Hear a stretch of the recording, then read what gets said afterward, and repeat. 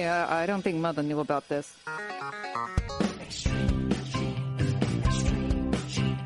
Uncle Marvin was strangled by his own beard.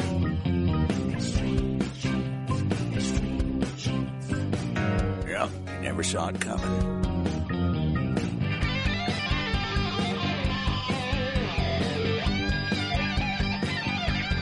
And welcome, Genies, to America's Family History Show, Extreme Genes and ExtremeGenes.com. It is Fisher here, your radio root sleuth, on the program where we shake your family tree and watch the nuts fall out. Well, as we get into the holiday season here, we got a great segment coming up later on in the show with Jim Beidler from Legacy Tree Genealogists. He lives in Pennsylvania, and we're going to talk about family traditions and holiday recipes and how these can open up conversations about your ancestors, about your heritage. And Jim's going to share with us also some very strange family traditions in different countries you're going to want to hear. And coming up in about 10 minutes, we're going to talk to a man from North Carolina. He's a military guy from a military family that goes way back and is continuing on in the coming generations. He recently got back the uniform of his grandfather who served in both world wars. It just kind of dropped out of the sky for him. We're going to talk to Dave Gervais coming up in about 10 minutes. Hey, if you haven't signed up for our weekly Genie newsletter yet, you can do so, of course, at ExtremeGenes.com or on our Facebook page. Get a blog from me each week, a link to past and present shows, and links to stories that you'll appreciate as a genealogist. And right now it's time to head off to Massachusetts, somewhere in Massachusetts. I don't know if it's in Boston or Stoughton today, but David Allen Lambert, the chief genealogist of the New England Historic Genealogical Society and AmericanAncestors.org, is standing by. Hello, David. I am sitting by, but I am always glad to talk to you no matter where in the Commonwealth of Massachusetts I am. So what's new with you? I understand that you got something in the mail the other day. Yes, I did. That's true. I got a new spit kit. And we talked about this not too long ago, I think a week or two ago, about this full genome testing that was being offered at an incredible discount. And I will tell you that discount disappeared right after Thanksgiving. But I got the kit, one for myself and one for my wife, that I don't think we'd have done at the full price. So we're getting ready to spit in that and see the results coming up in about 8 weeks. This has nothing to do with DNA matching or extending your lines, but it has everything to do with health and tendencies. And if you heard our segment with Dr. Scott Woodward a few weeks back, he talked about how he was up till 2 in the morning looking at this stuff because it's quite entertaining. So I think that's part of our holiday gift giving, I think, this year. Well, I was going to take advantage of it, but unfortunately I didn't act quick enough, so they say act now or forever hold your spit. Exactly. So what about you, Dave? Have you had any great discoveries this past week? Well, actually, I kind of got a sentimental artifact, if you will. My family came over from England, at least one branch of it, in 1911 on the Empress of Britain. She was a Canadian Pacific Railway lander fish. She had a sister ship, the Empress of Ireland. She sank in 1914, just months before the start of World War I. So a lot of people don't know about her. She lost over 1,000 people on board. And back in the 60s to the 80s, commercial divers were diving on her, and I bought an artifact off the ship. Not a personal possession, because I feel a little bit weird about that, but something that was used in the dining room. And it's kind of nice because it's something to keep a memento, because there's nothing that I've ever seen from the ship my family came over on, but this one will allow me to think of the ship that my family came over as well. Nice pickup. Well, let's get on with Family Histoire news today, Dave. Where do we start? Well, 79 years ago, the beginning of December, on December 7th, we just observed the remembrance of Pearl Harbor Day. But sadly, Fish, because of COVID, this is the first time that no veterans were present. But a good friend of yours gave a video message, who we had on the show, Luke Hunter. Luke Hunter, he's like 99 years old now, and he's the last living guy who was on the Arizona when it was attacked. There's one other, right? Yeah, Ken Potts, and he lives in Utah.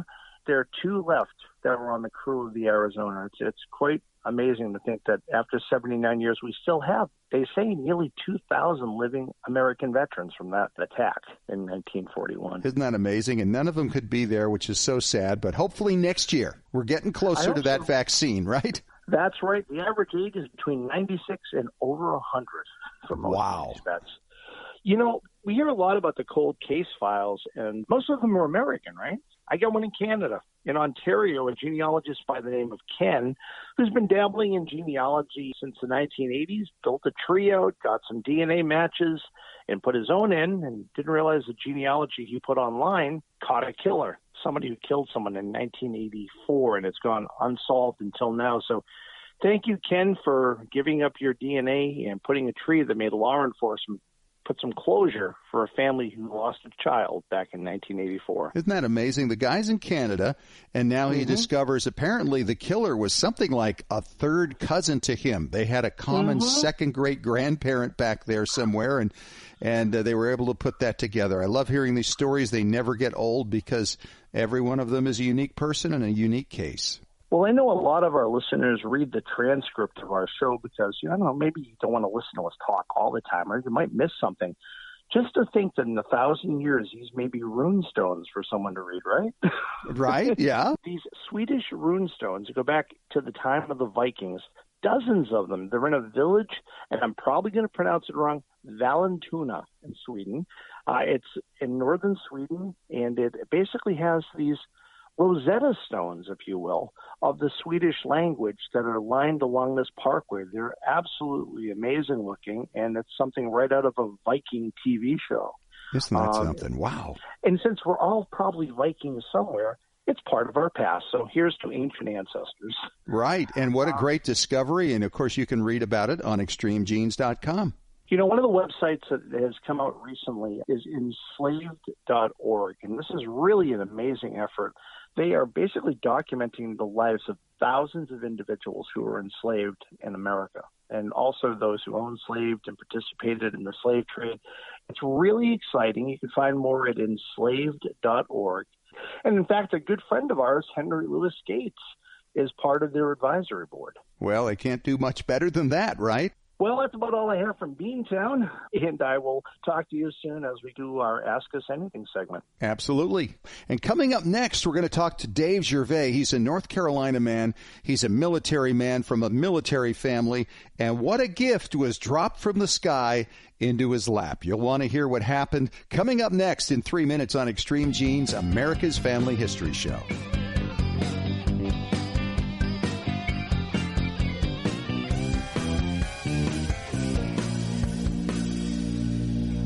Whether you're new to family history, a seasoned pro, or you've simply missed the event in years past, now's your chance to connect at Roots Tech Connect, the world's largest family history conference. For the first time ever, this event is 100% virtual and 100% free. That's right, virtual and free.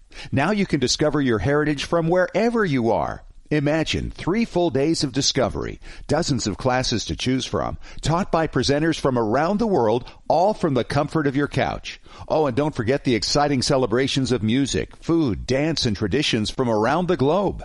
Enjoy inspiring keynote addresses and learn from top-notch speakers, and see yourself in the story of the human family.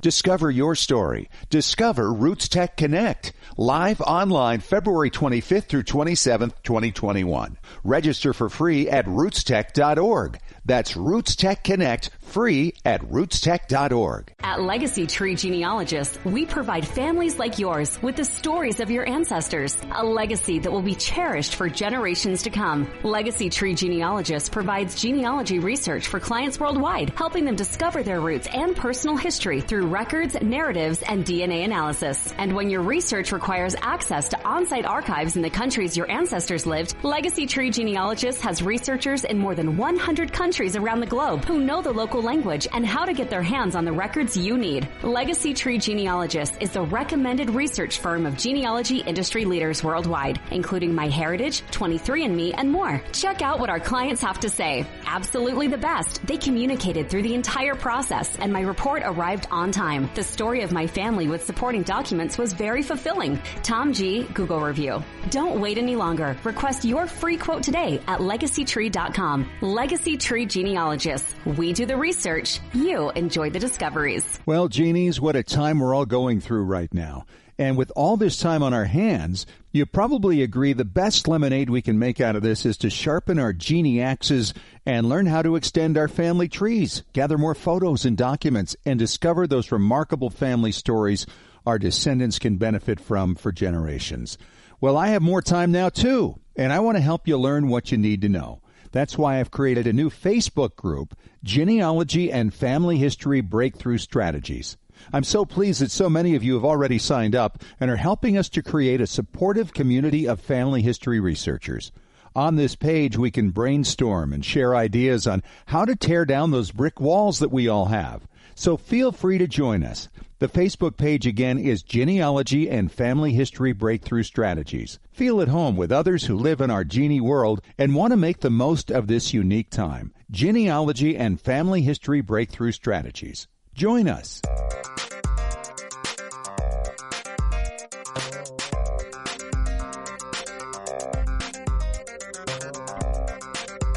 You know, there are times where you go out and you search and you look and you try to put together something that ties to your family history. And then there are those other times where it just kind of comes to you.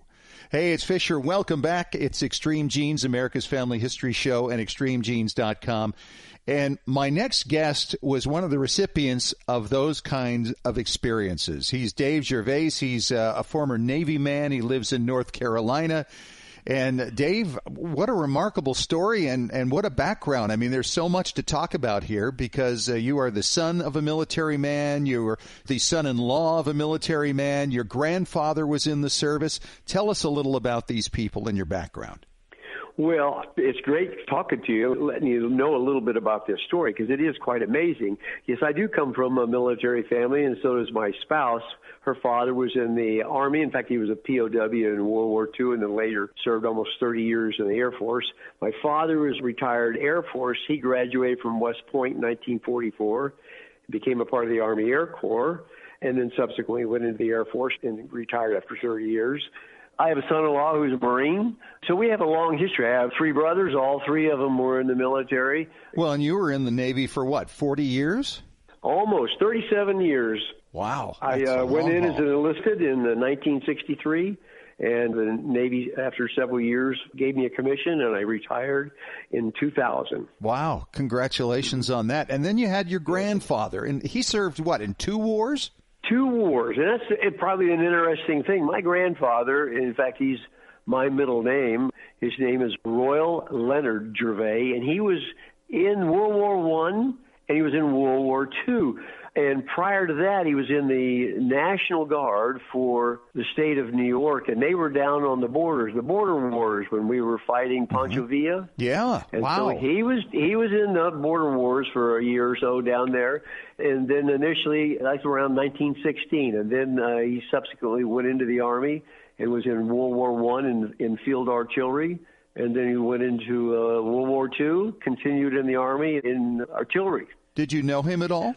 I met him as a young teen. That's when I finally got to meet him. My father graduated, as I said, from West Point, went in the Army, and then subsequently the Air Force. So we moved all over the United States as well as some places overseas. In my early teen years, my grandfather finally retired to Sarasota, Florida. He and my grandmother Helen, they had a really nice house. And we went down there on some summer visits to enjoy Sarasota, Florida, go out in his boat, do some fishing, hang around with my grandfather. Great man. Did he ever talk about his service at all with you? No, he never did. We knew he was in the war, and we had some artifacts, and my father had mentioned that he was in the war, but any great discussion, no. And the same with my wife's father. He rarely talked about his time in the Army in Italy and getting captured until his last few years before he passed, and then he seemed to start talking about it a lot. Mm-hmm. And so as a result of this, you must have quite a heap and helping of all kinds of memorabilia from all these various military folks in the family. We do. My daughter, she's kind of become the curator, the caretaker of history, and she's got a lot of my stuff, and she's got her grandfather's, my wife's dad, and then she's got stuff from my grandfather and my father. But the best thing now is this uniform that we're talking about here that just came out of nowhere after, 30 30, 40, 50 years, and it's still in perfect shape. Yeah, I mean, just kind of dropped in your lap. And the nicest thing about the family history world is people who get involved in this stuff, when they get on a mission to accomplish something, they are the nicest people in the world, and they will go to any ends to make it happen. So tell us the background of this story of this uniform. This belonged to your grandfather, who was in both World Wars, and it was lost to your family years and years and years ago. How was it lost, and how was it found? Well, oddly enough, just before my grandfather retired, probably late 48, 49, he owned a home in Alexandria, Virginia on Green Street. While I was still in the Navy and stationed up in Washington, D.C., my father, before he passed, he used to come up and visit, and we would drive downtown to Old Alexandria, and we would pass Green Street, and he'd always point out that his father owned a home there many, many years ago. Well, fast forward, a woman by the name of Ann Siegel, who lives up in Alexandria, her mother bought a home in Alexandria many years ago on Green Street, and she bought it from someone else, but lo and behold, that happened to be the home my grandfather had owned.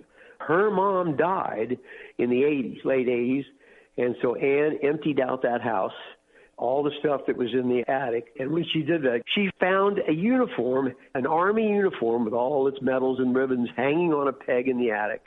And so she took that, along with everything else, and put it in storage. And she had not looked at it for absolute years.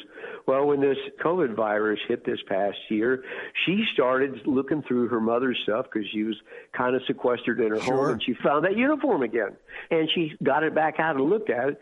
She has a neighbor who's a military historian up there in Washington, D.C. And off they then go. Some of her other neighbors, she started talking as they talked in their little neighborhood there on Green Street. Somebody else worked someplace else where they can do some research. And before you know it, they started researching this uniform to try to find out who, because there's no name tag on it, who it belonged to. I think that's an amazing story. Yeah. They couldn't go to the places because of the COVID, so they started doing online research. One of them figured out how to get into City Hall records and find out who owned that property and worked it back to my grandfather. This military historian looked at all those ribbons, and he started figuring out what those campaigns and wars were. And then they started looking out on Ancestry.com and found one of my nephews, who's a U.S. attorney, lives up in Minnesota area, and contacted him. His name is Matt Ebert. And Matt filled in a few lines, and that really got this neighborhood group of people going. They really did some massive research. Wow. And they narrowed it down and figured out that it was my grandfather's uniform. And now the hunt is on to track down the next of kin to get it to you. That was it. And, of course, she did that and found Matt. And then Matt started an email chain to everybody in August, late September, saying that she had this uniform. She wanted to pass it back to the family. Another one of my nephews, Todd Ebert, works for the government there in D.C., and he and my daughter ended up going over to Ann Siegel's house, sitting outside in the backyard because social distancing, and they sat out there, and I FaceTimed with them. And it was one of the most amazing things. I think you or any of your listeners would probably feel the same way. Yes. They ended up knowing more about me than I did about me.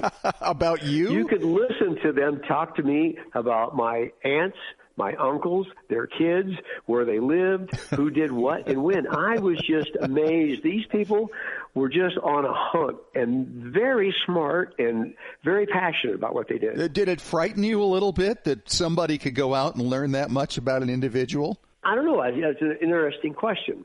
I guess if you're good enough and know what you're doing, people can do that. But I mean, they really focused and narrowed it all the way down to somebody and an address and a name and a face. Of course, we ended up taking a picture over there to them so they could see his face because we had a big photo of my grandfather. Did you have a picture of him in the uniform? We had a picture of him, in a very similar uniform. Okay. Not particularly in that one, but it was a very, very similar Army uniform. We had a little bit of footage from when he was at my father's wedding at West Point, New York, and you could see him there. And then we provide a picture of my family with all the boys, and we were all with my mom and dad, and we were all in our uniforms just before we all retired. Wow. Interesting. So how'd you feel about this, Dave? I thought it was just an amazing event. I was very impressed with these folks. But I just think that it's very wonderful what they did, how they researched it, how they got in touch with our family, and how they got the uniform back to us. Isn't that great? Because this uniform, if you think about this, it was hanging on a hook in somebody's attic, and so that's probably a 1948, 1950 uniform at the very latest. Okay. So it was there for almost 70 years. Wow. And it's in great shape, and it looks like you could wear it today? Yeah, perfect shape. My daughter now has got a hold of it, and so she's got a special case that it can hang in. She put glass on it and some sort of seal, so it'll be sealed in there. 70 years old now, but she wants to preserve it for quite some time in the future. Oh, absolutely. This is something that's got to stay in the family for a long, long time to come. So this has really kind of lit up everybody in your family, and I would imagine you've got your sons and sons-in-law who are in the military. They must get a kick out of this, too. Oh, really? Yeah. My brother-in-law is a retired Navy. He's my wife's sister's husband, and he was just amazed. And, of course, when the story hit, we have a small community down here in North Carolina. They were all amazed hearing about this uniform and what these people went through to try and track it down, and ended up tracking us down. Well, and you know, in such a time such as now when so many people are trapped, I mean, to have something so good and such a good feeling knowing that they were looking out for you to make sure this got back to you, that really had to help you get through the pandemic a little bit better. Oh, and I would think much more so for them. They're up there in Alexandria, the Washington, D.C. area. Probably much more difficult for the folks up there than it is for us out here in rural North Carolina. But for them, it gave them a purpose. I think it gave them a focus. Sure. And this didn't happen just overnight. You know, I think they started clear back in early spring, I think is what Ann told me, and they worked it all the way through the summer until they narrowed this whole thing down. It was August by the time they finally contacted my nephew and really got this ball moving to get the thing to us. Amazing, amazing stuff. He's Dave Gervais. He's from North Carolina, former Navy man, and his grandfather's military uniform has been returned to the family from the kindness of someone else looking out for him. Dave, thanks so much for coming on and sharing your story with us, and enjoy that uniform. Well, thank you very much. I appreciate you taking the time. And coming up next, Jim Beidler from Pennsylvania talks about holiday traditions and how that can affect the telling of your family story over the holidays. It's coming up in 5 minutes on Extreme Genes, America's Family History Show.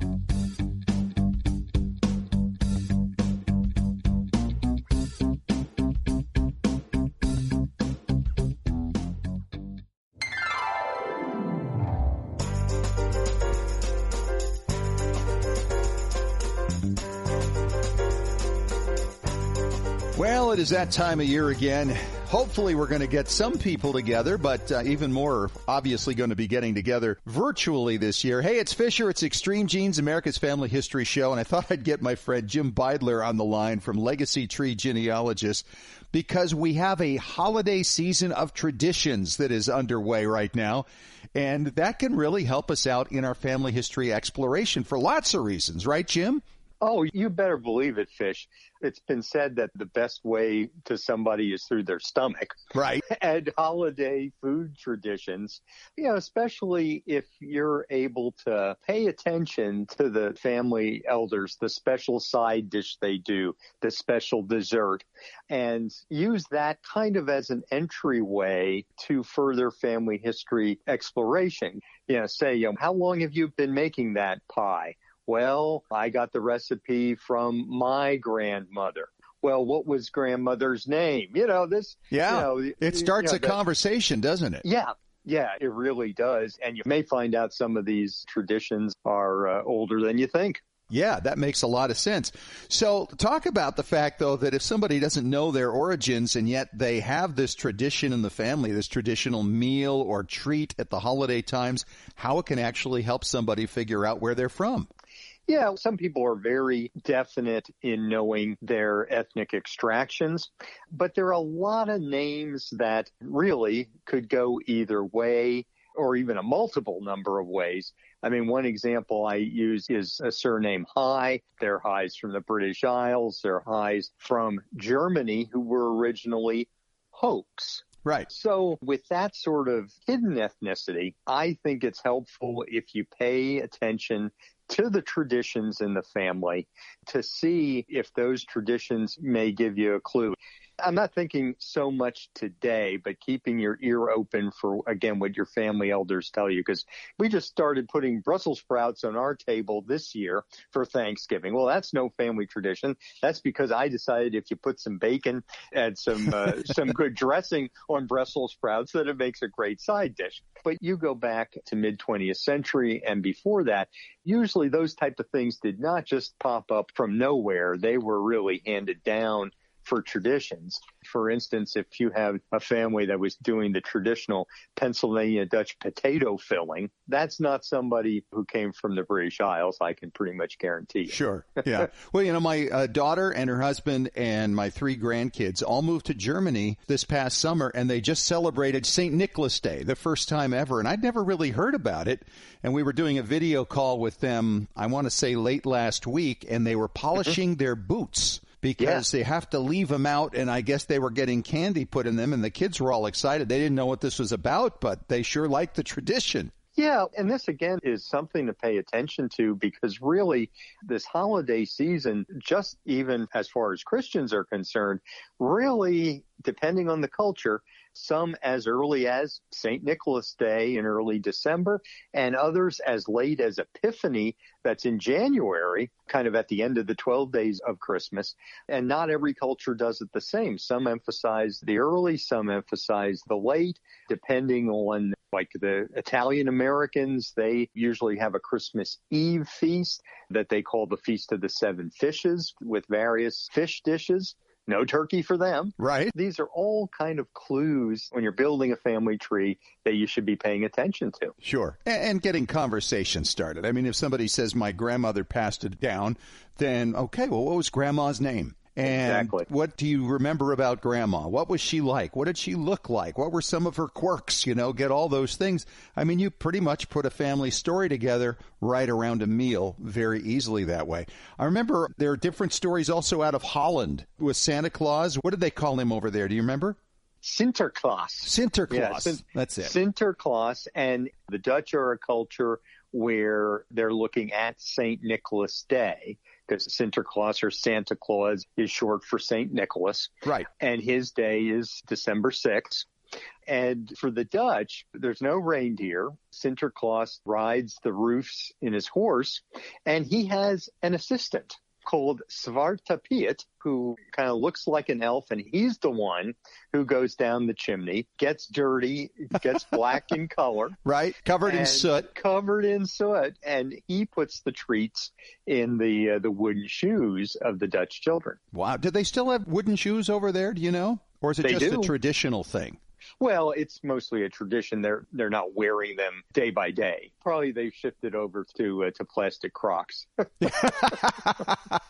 So there is some variation on the St. Nicholas Day throughout Germanic Europe, right? Yes. All the countries. Yeah, different ones. Some it's the stockings, some it's the shoes, the boots, like you described. They have a variety of traditions. A lot of times, for the ones that don't emphasize St. Nicholas Day as much, it's usually Christmas Eve more than Christmas Day. Yes. That is emphasized. Weihnachtsabend auf Deutsch. And that's usually when the meal, the fellowship, church for those inclined, and so forth, giving of the presents. I know one couple who are distant relatives, and they take off Christmas Day under normal circumstances and go to a distant resort spot in Germany. They're from Western Germany, and they go to a spot in Bavaria. The name is Regen, which sounds Irish to me. Well, no A in that, just R-E-G-E-N, okay. Regen, which means rain in German. Right. But it's a very cold area of Bavaria, so the witticism is es immer Schnee im Regen. It always snows in rain. Okay. We all come from all kinds of different ethnic backgrounds. You got to think it would be a really fun thing to do with kids and grandkids, to present a different meal or a different tradition from these various countries as another way to engage them in understanding their backgrounds.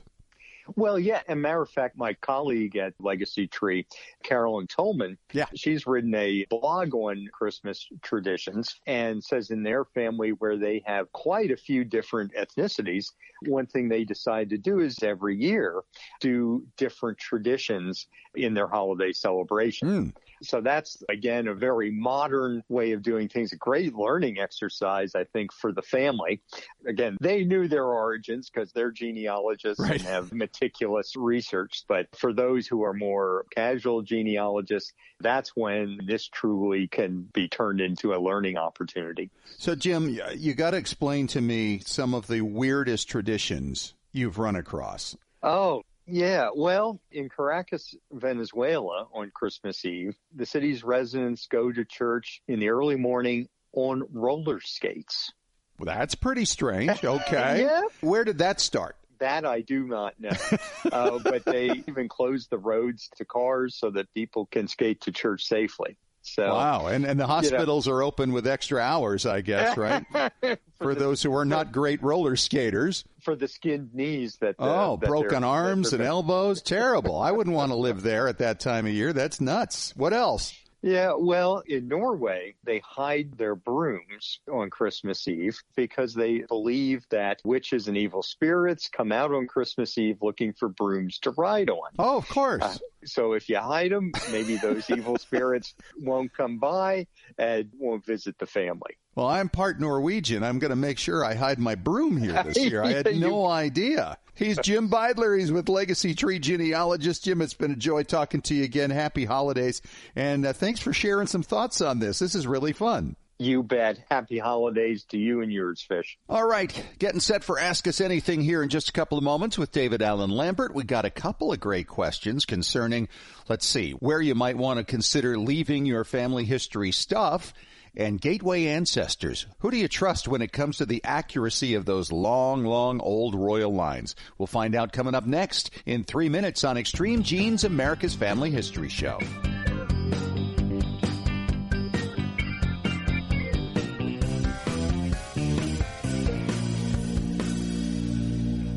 At Legacy Tree Genealogists, we provide families like yours with the stories of your ancestors, a legacy that will be cherished for generations to come. Legacy Tree Genealogists provides genealogy research for clients worldwide, helping them discover their roots and personal history through records, narratives, and DNA analysis. And when your research requires access to on-site archives in the countries your ancestors lived, Legacy Tree Genealogists has researchers in more than 100 countries around the globe who know the local language and how to get their hands on the records you need. Legacy Tree Genealogists is the recommended research firm of genealogy industry leaders worldwide, including MyHeritage, 23andMe, and more. Check out what our clients have to say. Absolutely the best. They communicated through the entire process, and my report arrived on time. The story of my family with supporting documents was very fulfilling. Tom G. Google review. Don't wait any longer. Request your free quote today at legacytree.com. Legacy Tree Genealogists. We do the research. You enjoy the discoveries. Well, genies, what a time we're all going through right now. And with all this time on our hands, you probably agree the best lemonade we can make out of this is to sharpen our genie axes and learn how to extend our family trees, gather more photos and documents, and discover those remarkable family stories our descendants can benefit from for generations.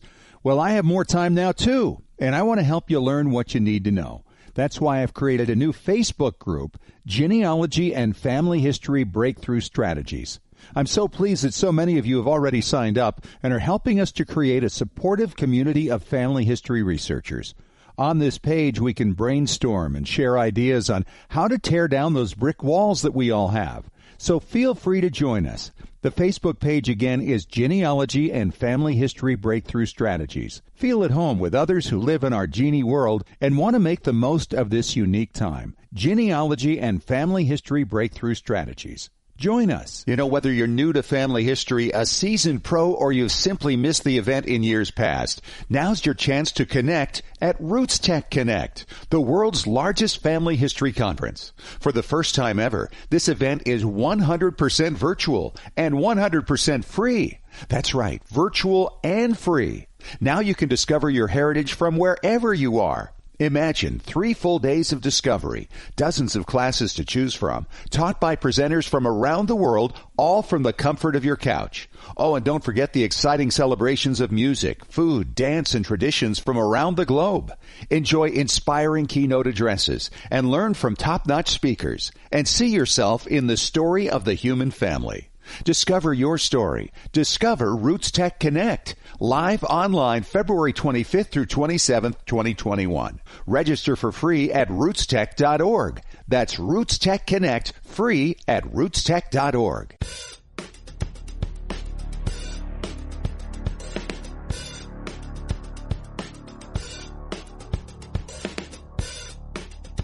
All right, it's Fish here, back with Dave for Ask Us Anything on Extreme Genes, America's Family History Show, and extremegenes.com. Dave, we got an email here from Fairbanks, Alaska. The person's name is Leb, which is interesting. Don't know the last name, but Leb writes that he has been collecting family memorabilia for some time, and he says, Fish and Dave, I hear about your collections of family material. I don't have any interested descendants. Where do you suggest I should consider leaving this stuff? Great question. We have the same problem, Leb. Oh, that is so true. And the biggest fear is that my kids are going to hate me when I pass away and they're going to just throw it all in a dumpster. No, I hope that won't be the case, or at least they get a good penny for it on eBay. It really depends on the collection. I mean, I always believe that American ancestors, we try to be America's attic for genealogical collections and papers and things like that. But I mean, it may be more applicable, for instance, if you had like a journal for someplace in Alaska that may benefit a local historical society. If you're worried about the stuff getting lost, I mean, we live in the digital age.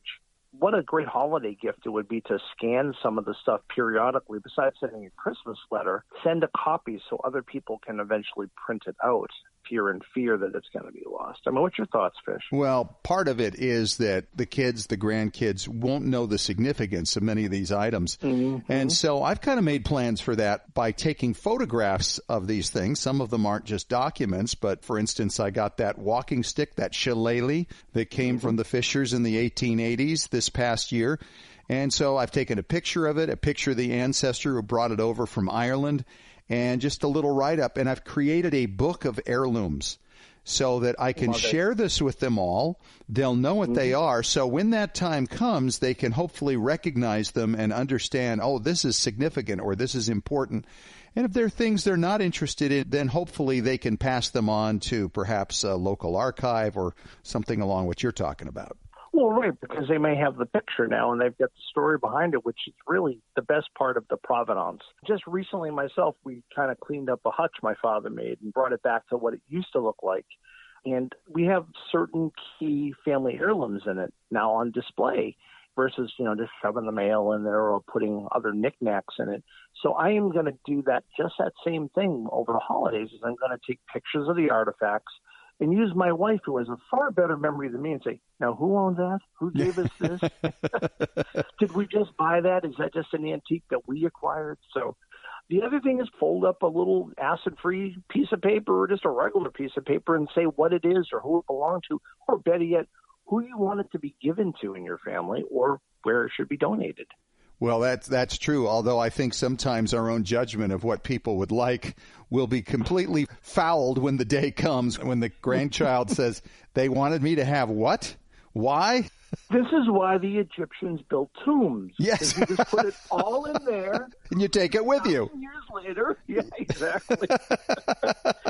This is why I go back to the book, because, the reality is we cannot control what happens to any of our stuff, whether it's family history related or not, after we're gone. We're just caretakers of this stuff, and other people ultimately have to make the decision whether or not they want the responsibility of dealing with it and maintaining it and storing it and keeping it up to speed and finding the next person, or they just want to say, I'll find somebody else outside the family, or I'm going to sell it on eBay or sell it at an antique store or something like that.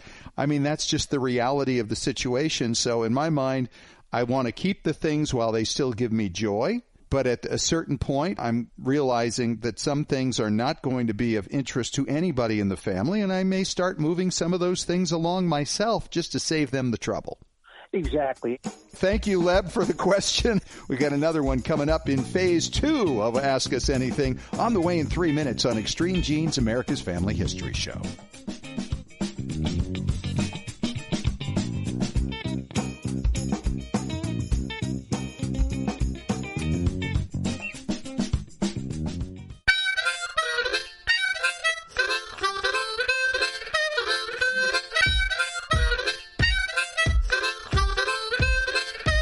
All right, back for question number 2 on Ask Us Anything on Extreme Genes, America's Family History Show, and extremegenes.com. And David, we have a question from Houston, Texas. Lori Flanders is writing, guys, I've discovered that I have something called a gateway ancestor on my tree, and it suggests that I have lineage back to royalty.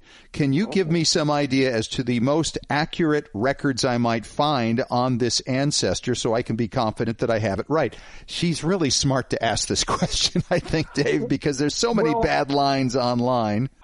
There really are, and I guess the thing is, you really don't have to reinvent the wheel. I mean, books like by my friend and colleague Gary Boyd Roberts, and he published in recent years Royal Descents of 900 Immigrants, and that book isn't the end-all, and I like to use the analogy that genealogy is like wet cement. It's never completely cured, so there's always room for new finds. But if the immigrant's place of origin is unknown on 90% of the sources you look at, chances are his royal line back to Charlemagne may not be real. Right. Good point. And then we've got Frederick Lewis Weiss, who is the author of Ancestral Roots, the full title being Of Certain American Colonists Who Came to America Before 1700. That's in its 8th edition, Dave. And really, to your point, it's the 8th edition because they're always finding corrections, adjustments, new lines, new proofs, and those are always added into these books. So Ancestral Roots is another one in line with Gary Boyd Roberts' efforts.